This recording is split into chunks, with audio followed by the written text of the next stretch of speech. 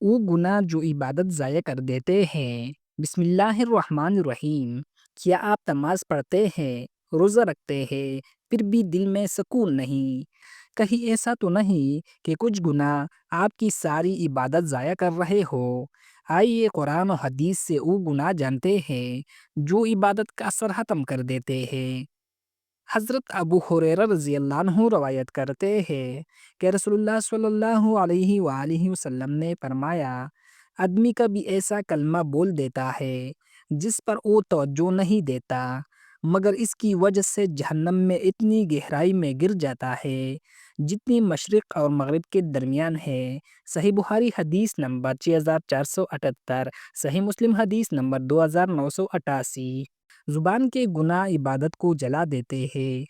حضرت ابو ہریرہ رضی اللہ عنہ روایت کرتے ہیں کہ رسول اللہ صلی اللہ علیہ وآلہ وسلم نے فرمایا، قیامت کے دن ایک شخص آئے گا جس کے پاس نماز، روزہ اور زکوٰۃ ہوگی، مگر اس نے کسی کو گالی دی، کسی پر تہمت لگائی، کسی کا مال کھایا، تو اس کی نیکیاں لوگوں میں بانٹ دی جائے گی۔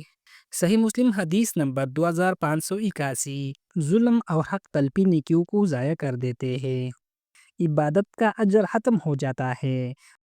قرآن پاک میں ارشاد باری تعالیٰ ہے، ترجمہ: اے ایمان والو، احسان جتا کر اور تکلیف دے کر اپنی نیکیوں کو ضائع نہ کرو۔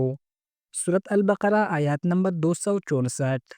مختصر تشریح: عبادت صرف نماز کا نام نہیں بلکہ اخلاق، زبان اور معاملات سب عبادت کا حصہ ہے۔